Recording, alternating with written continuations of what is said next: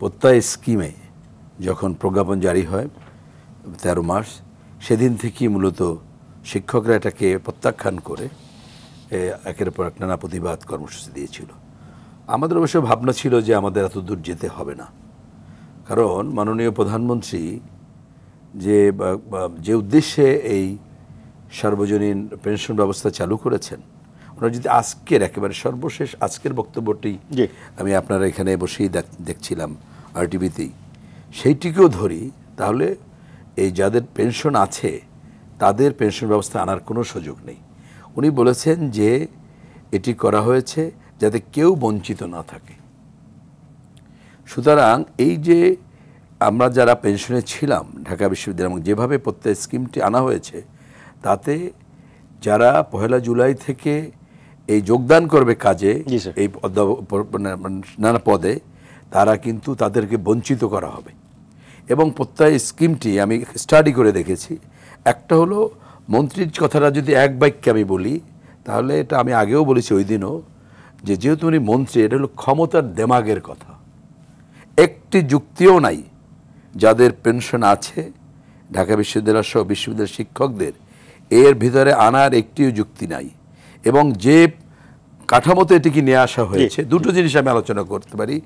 একটি হলো যে কি সুবিধা অসুবিধা দেওয়া হয়েছে। স্যার আমি একটু যদি স্যার আপনাকে একটু সহযোগিতা করি, সেটি হচ্ছে সুবিধা অসুবিধা, এটার বেনিফিট কি আছে, এটা ডিফেন্ড করেছে জাতীয় পেনশন কর্তৃপক্ষ, যেটা নিয়ে মোটামুটি বাংলাদেশে একদম স্যার আমি একটু বলি গণমাধ্যমগুলোতে স্যার মোটামুটি এটাই চলছে। কিন্তু প্রশ্নটি হচ্ছে স্যার, একটি তো হচ্ছে স্যার আইন করে করা হয়েছে, প্রজ্ঞাপন জারি করে, আরেকটা হচ্ছে প্রজ্ঞার জায়গা।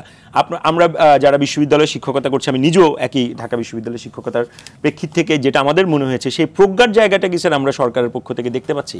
না, আমি দুইটা তবুও বলা প্রয়োজন আছে এখানে। আমরাও তো প্রতিটা জিনিস কিন্তু শুরুতেই আমরা এক্সপ্লেইন করি নাই বা নিজেরাও ভেবে দেখি নাই।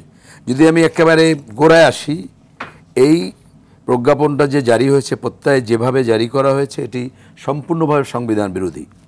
সংবিধানের যে মূল, আমাদের সংবিধান, বাংলাদেশের সংবিধানের যে মূলটা যদি আমরা ধরি, দি প্রক্লেমেশন অফ ইন্ডিপেন্ডেন্স, সেই প্রক্লেমেশন অফ ইন্ডিপেন্ডেন্সে এই রাষ্ট্র যে ঘোষণা করা হয়েছিল, সেখানে তিনটি নীতির কথা বলা হয়েছে: ইকুয়ালিটি, ইন্টিগ্রিটি অ্যান্ড ডিগনিটি।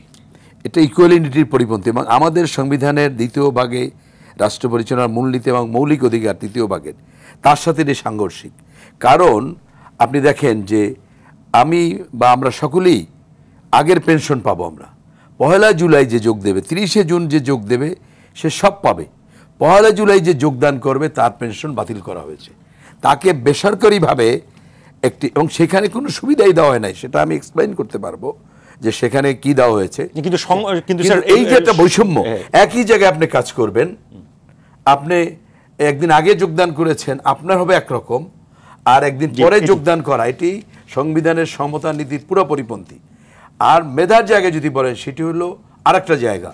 যে কারণ হলো যে অন্য জায়গার সাথে আমার পার্থক্য হলো এই, যে আর এক জায়গায় আপনি বলবেন যে আপনি চাকরি করলে করবেন, সেটিও কোনো কথা না। আর সংবিধান, বঙ্গবন্ধুর আদর্শ, মুক্তিযুদ্ধের চেতনা, মাননীয় প্রধানমন্ত্রী শেখ হাসিনার আদর্শ, তার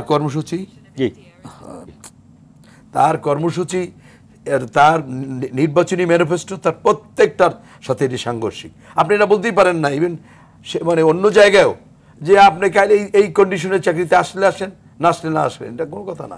আর আমাদের জায়গা যেটি বর্তমান যে বেতন কাঠামো আছে, সেখানেই আপনি শিক্ষকদের ধরে রাখতে পারছেন না, সেখানেই শিক্ষকরা জীবনযাপন করতে পারছে না।